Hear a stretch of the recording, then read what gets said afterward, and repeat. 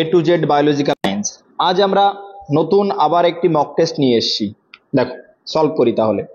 প্রথম কোশ্চেন কি বলছে, উদ্ভিদ কোষে টোনোপ্লাস্ট বিভিন্ন আয়ন ও বস্তুর পরিবহনে সাহায্য করে।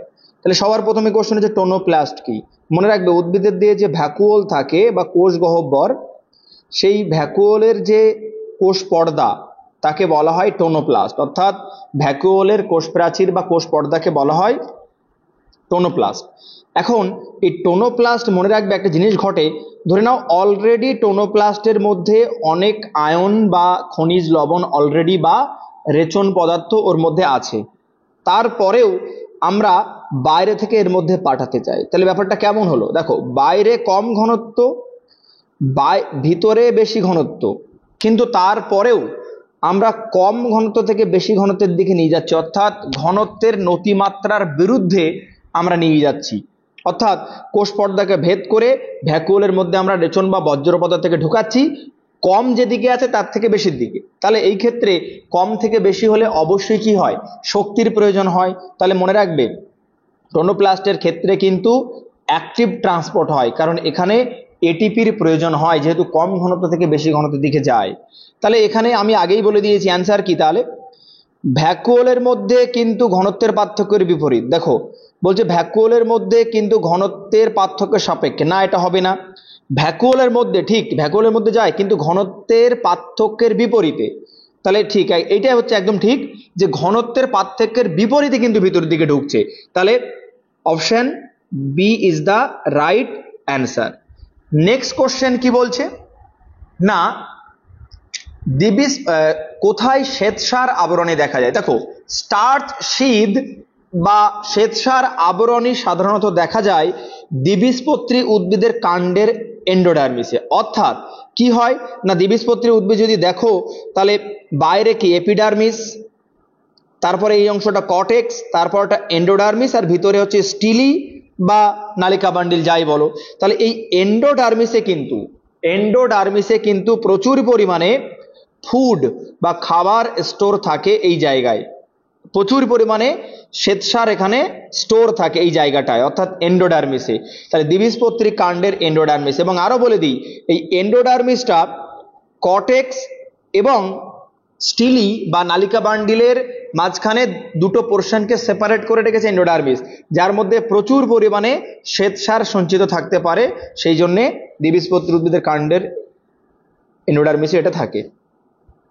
নেক্সট কোশ্চেন, 3 দাগ কি বলছে, নিচের কোনটি উৎসেচকের কোফ্যাক্টরের বৈশিষ্ট্য নয়।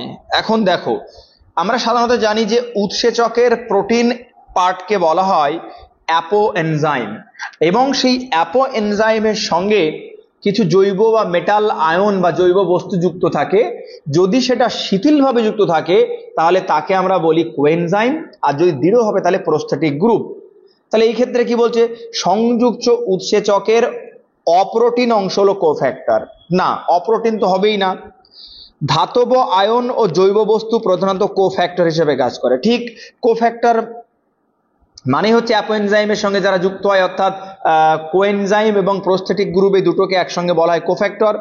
কোফ্যাক্টর একটি নির্দিষ্ট উষ্ণতায় সক্রিয় হয়। দেখো এইটা কিন্তু এনজাইমের বৈশিষ্ট্য, যে নির্দিষ্ট উষ্ণতায় সক্রিয় হয় এনজাইম, কোফ্যাক্টর নয়। কোফ্যাক্টরটা কি, এনজাইমের সঙ্গে যুক্ত থাকা জিনিস। তাহলে option c is the right answer, question number 3। এরপরে দেখো 4 দাগের কোশ্চেন বলছি না, 4 দাগের কোশ্চেন কি বলছে, হাইড্রা সবুজ বর্ণযুক্ত হয়। হাইড্রা কিন্তু ন্যাচারালি সবুজ হয় না, কারণ এর মধ্যে কোনো এই ধরনের পিগমেন্ট থাকে না। কারণ আমরা সবুজ হতে গেলে ক্লোরোফিল থাকতে হয়, কিন্তু হাইড্রার কোনো ক্লোরোফিল থাকে না, কিন্তু তারপরেও হাইড্রা সবুজ। তার কারণ হচ্ছে হাইড্রা গ্রিন অ্যালগি সবুজ শৈবালের সঙ্গে সিম্বায়োসিস রিলেশনশিপ দেখায়, অর্থাৎ সিম্বায়ন্ট রিলেশনশিপ থাকা। যেহেতু হাইড্রা এবং গ্রিন অ্যালগির মধ্যে মিথজীবিতার সম্পর্ক থাকে, সেই জন্যে হাইড্রার কালার সবুজ বর্ণ হয় ওই সিম্বায়োসিসের জন্য গ্রিন অ্যালগির সঙ্গে। যুক্তি কি বলছে, দেহপ্রাচীরে ক্লোরোফিলের উপস্থিতির কারণে এরা সবুজ হয়। না, এটা ভুল। তাহলে কি হবে, উক্তিটা ঠিক কিন্তু যুক্তিটা ভুল, কারণ ক্লোরোফিল থাকে না। তাহলে অপশন ডি কি বলছে, উক্তি এ সঠিক নয় না ঠিক? অপশন সি দেখো, উক্তি এ সঠিক কিন্তু যুক্তি আর ঠিক নয়, তাহলে চারের দিকে c is the right answer. ফার্নের গ্যামেটোফাইট কি? দেখো, ফার্নের গ্যামেটোফাইট মানে কি, যেটা হচ্ছে তোমার এন দশা, তো সেটা কিন্তু অবশ্যই রেণুধর থেকে মুক্ত প্রোথালাস, কারণ এদের প্রোথালাস এন সমন্বিত হয়, তাহলে 5-এর C is the right answer. দেখো, লাইসোজোম কিভাবে বা লাইসোজাইম কিভাবে ব্যাকটেরিয়াকে মেরে ফেলে, মনে রাখবে, এটা যদি ব্যাকটেরিয়া হয় তো লাইসোজোম এনজাইম ব্যাকটেরিয়ার যে কোষ প্রাচীর মানে সেল ওয়াল বা পেপটাইডোগ্লাইকেন সেটাকে নষ্ট করে দেয়, তাহলে অপশন ডি, 6-এর option D is the right answer. 7-এর দাগের কোশ্চেন কি বলছে দেখো, বাম দিক এবং ডান দিকে মেলাতে বলছে। থেসোসাইট, থেসোসাইট মানে কি? থেসোসাইট মানে হচ্ছে পরিফেরা পর্বের প্রাণীদের দেহে যে খাবারটা যেখানে সঞ্চয় করে রাখা হয় বা ফুড স্টোরিং সেন্টার বলা হয় এই থেসোসাইটকে, যেটা পরিফেরার মধ্যে থাকে। আর্কিওসাইট, মনে রাখবে, এই আর্কিওসাইট হচ্ছে এক ধরনের স্টেম সেল। স্টেম সেল মানে যেমন একটি স্টেম সেল বা টোটিপোটেন্ট, অর্থাৎ যে কোষ থেকে সবকিছু তৈরি হয়, যেমন ধরো জাইগোট, আমরা দেখেছি জাইগোট বা নিষেকের পরে জাইগোট তৈরি, সেই জাইগোট থেকে কিন্তু সব তৈরি হয়। একটা আমার দেহে যে অর্গান, যা যা অর্গান সব জাইগোট থেকে তৈরি হয় একমাত্র প্লাসেন্টা বাদ দিয়ে। তাহলে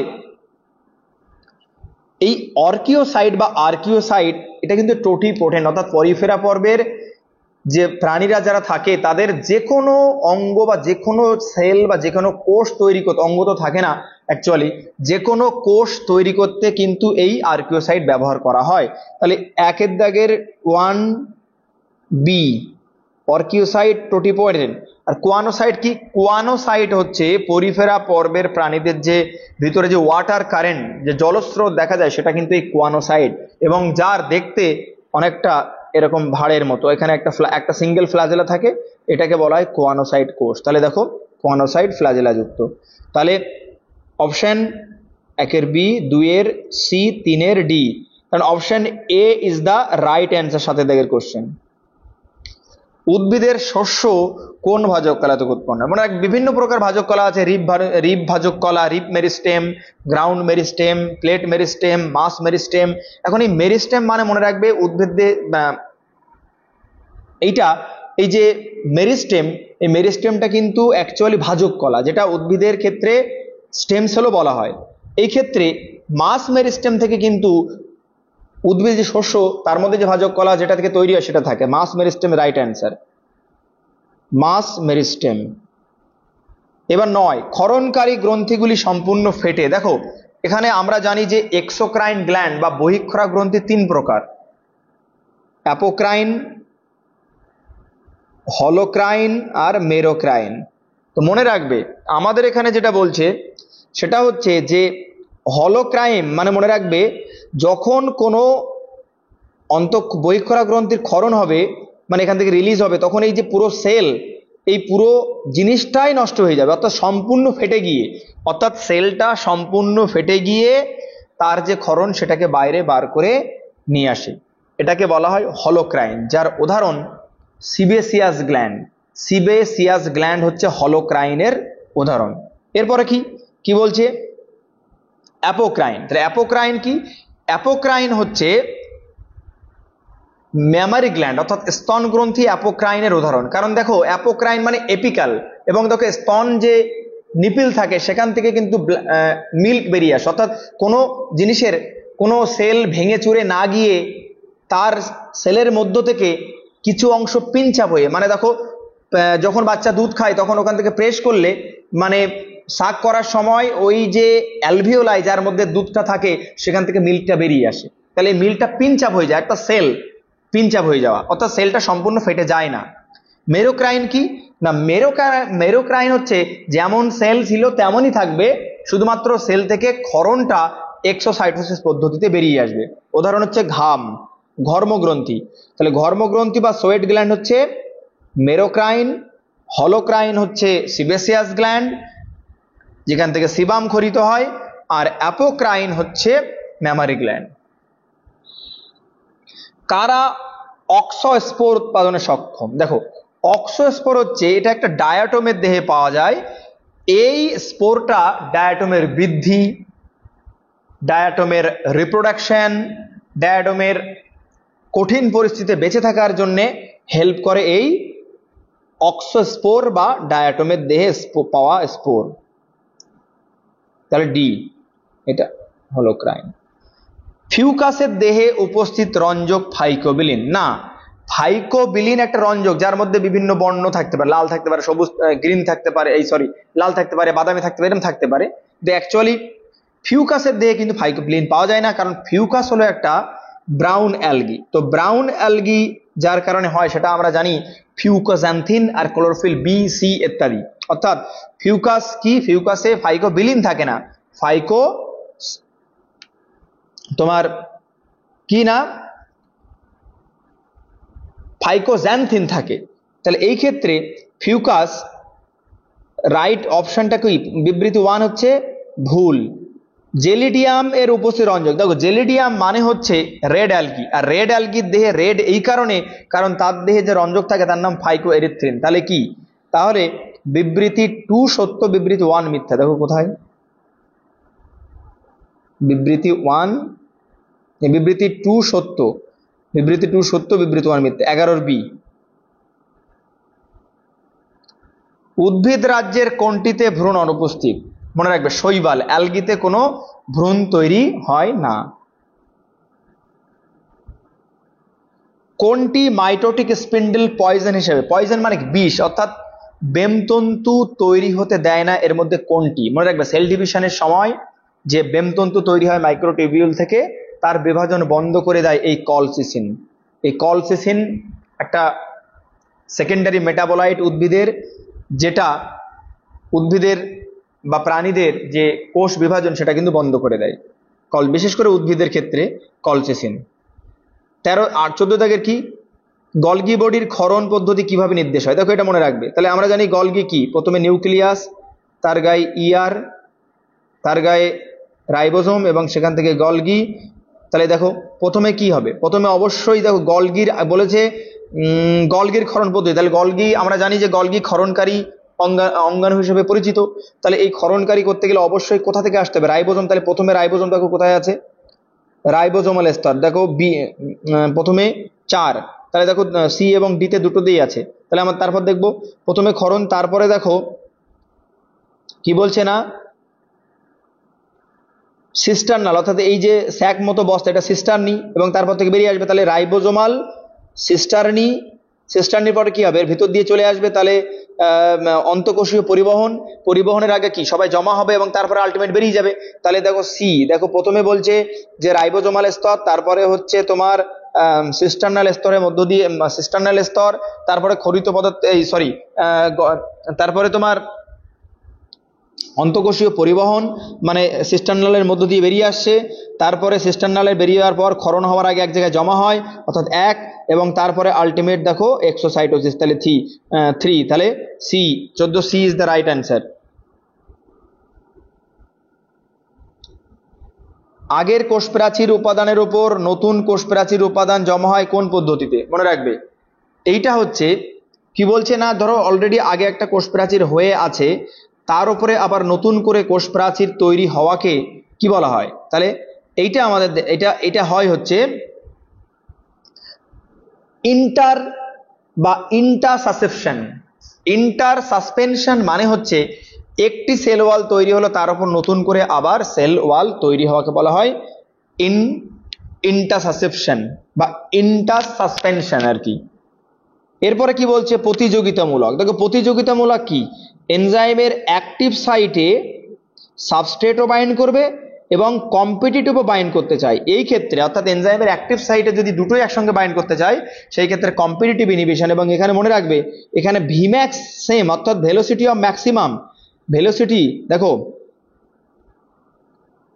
ভেলোসিটি অফ ম্যাক্সিমাম মানে এই জায়গাটা ভিম্যাক্স সেম, কিন্তু কেএম এই ক্ষেত্রে জানো কেএম বেড়ে যাবে, অর্থাৎ কেএম ইনক্রিজ ভিম্যাক্স সেম। ভালো করে মনে করে লিখে নাও, এটা মন দিয়ে লেখো। যখন প্রতিযোগিতামূলক হবে তখন কিন্তু ভিম্যাক্স সেম, কেএম ইনক্রিজ। এরপরে নন কম্পিটিটিভ, নন কম্পিটিটিভের ক্ষেত্রে কি না km same Vmax decrease, km same Vmax decrease. আর আনকম্পিটিটিভ ইনহিবিশনে কি হয় না km এবং Vmax দুটোই কমে যায়। ক্লিয়ার? তাহলে Vmax same km increase, 16 A is the right answer. Herbarium শিটের লেবেলে কোন তথ্য সংগ্রহ করা হয় না? দেখো হার্বেরিয়াম কোথা থেকে সংগ্রহ করলে সেটা লেখা থাকে, তার স্থানীয় নাম কি সেটা লেখা থাকে, তার সংগ্রহের তারিখ, সংগ্রাহক কার কাছ থেকে নিলে বা কোথা থেকে নিলে, কিন্তু ওই উদ্ভিদের উচ্চতা কতটা সেটা কিন্তু লেখা থাকে না। তাহলে 17D। এবং হার্বেরিয়াম হচ্ছে শুষ্ক উদ্ভিদের সংরক্ষণকে। তো ট্রাইকোম, ট্রাইকোম মনে রাখবে বহুকোষী যে উদ্ভিদ যে কাণ্ডরোম, সেই কাণ্ডরোমে কিন্তু ট্রাইকোম পাওয়া যায়।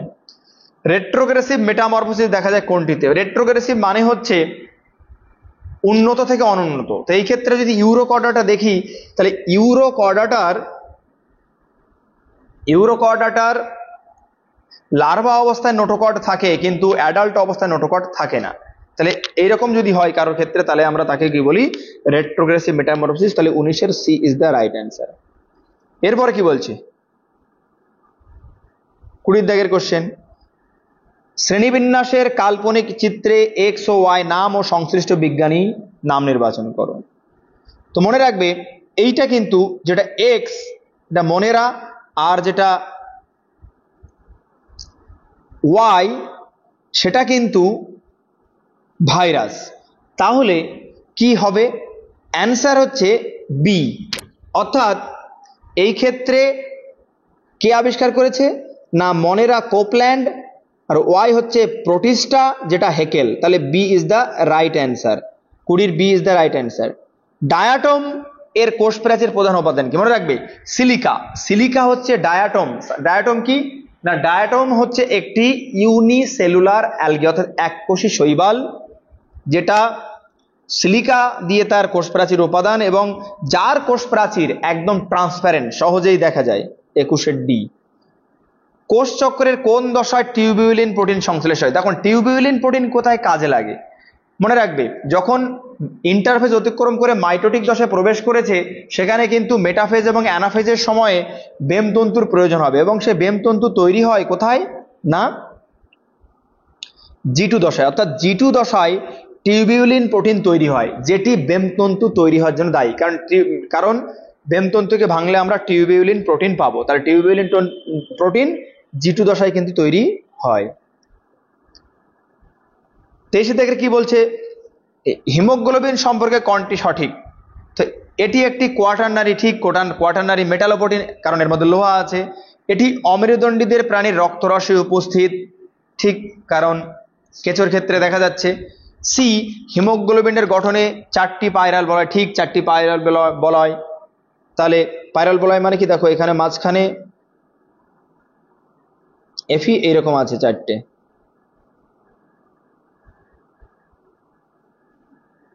এটাকে বলে পাইরাল বলয়। তো এদিকে একটা এদিকে একটা, 4টে পাইরাল বলয়। বায়োলজিক্যাল হটস্পট হওয়ার জন্য কোনটি আবশ্যক? মনে রাখবে দেখবে যে জীববৈচিত্র্য হটস্পট হওয়ার জন্য প্রাথমিক এবং প্রধান মূল বৈশিষ্ট্য সেই প্রজাতিকে দেশীয় বা এন্ডেমিক হতে হবে এবং স্থানীয় সেখানকার জলবায়ু সম্পর্কে ঠিক থাকতে, অর্থাৎ এন্ডেমিক প্রজাতি হতে হবে। অর্থাৎ যারা বিপদগ্রস্ত অর্থাৎ অদূর ভবিষ্যতে বিলুপ্ত হয়ে যাবে আবার দেশীয়, তাদেরকে সংরক্ষণ করা হয়।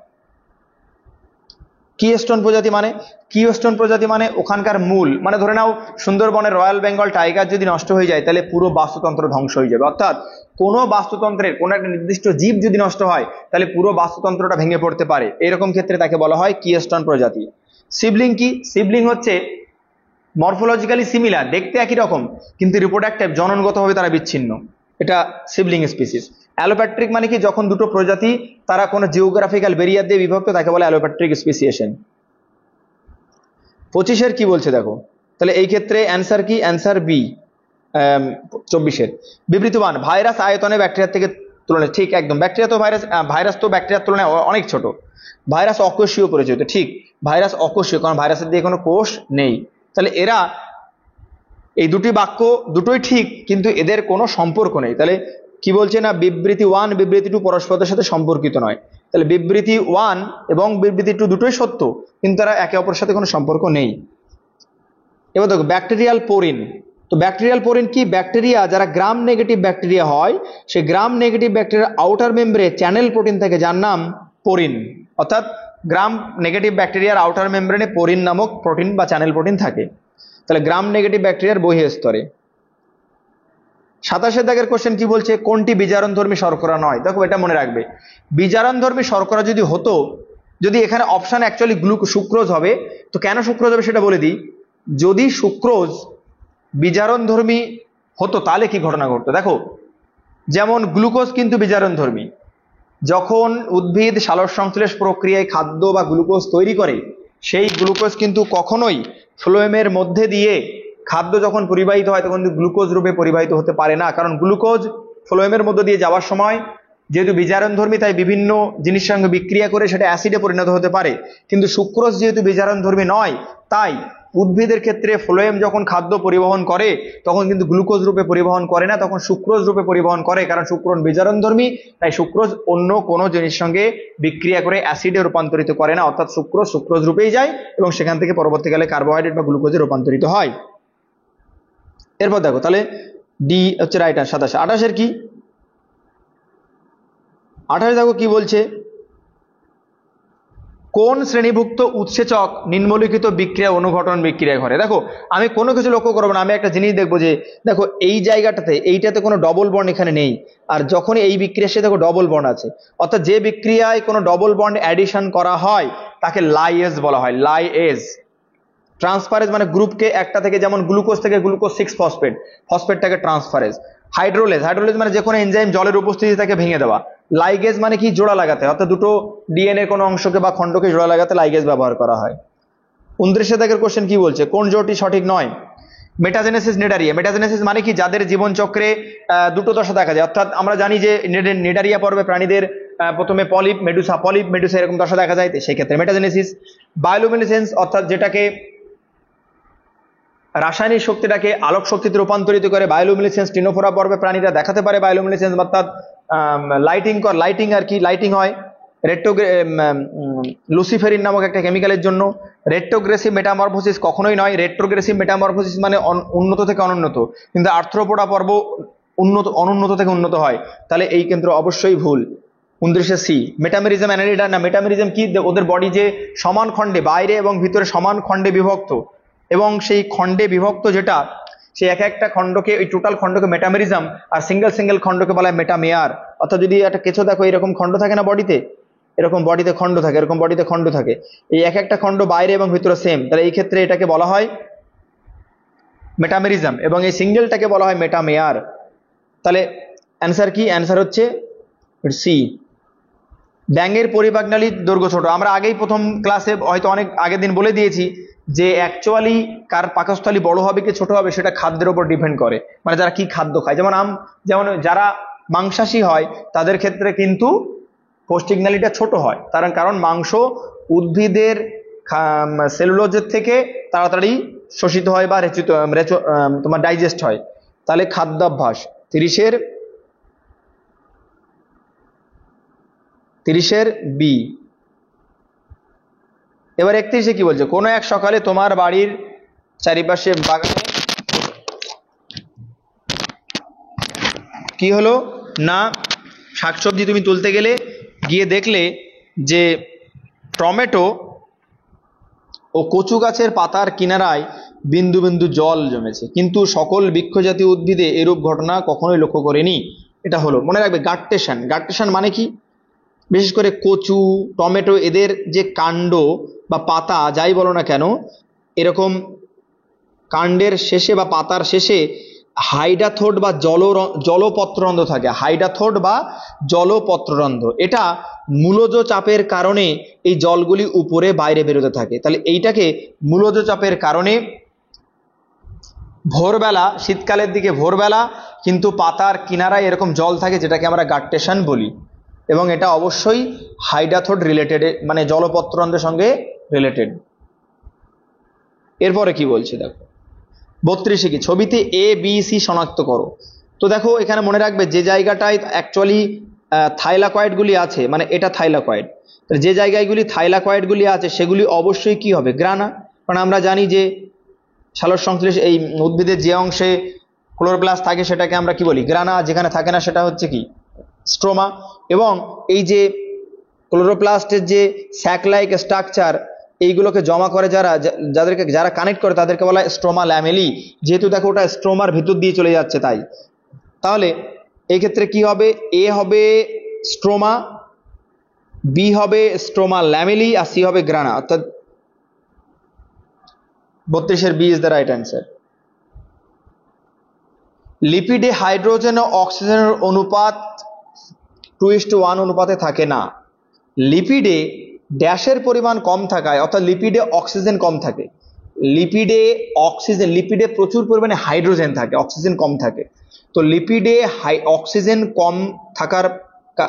কম থাকায় সেটা জারিত হলে বেশি পরিমাণে শক্তি কিন্তু তৈরি হয়। অর্থাৎ দেখো কম অক্সিজেন থাকার কারণে যেহেতু হাইড্রোজেন অনেক বেশি আছে, তাই অনেক বেশি শক্তি তৈরি হয়। তাহলে প্রথম অপশন হবে হচ্ছে অক্সিজেন, এবং পরেরটা অপশন বি, অপশন 2 হচ্ছে বেশি, অর্থাৎ সি।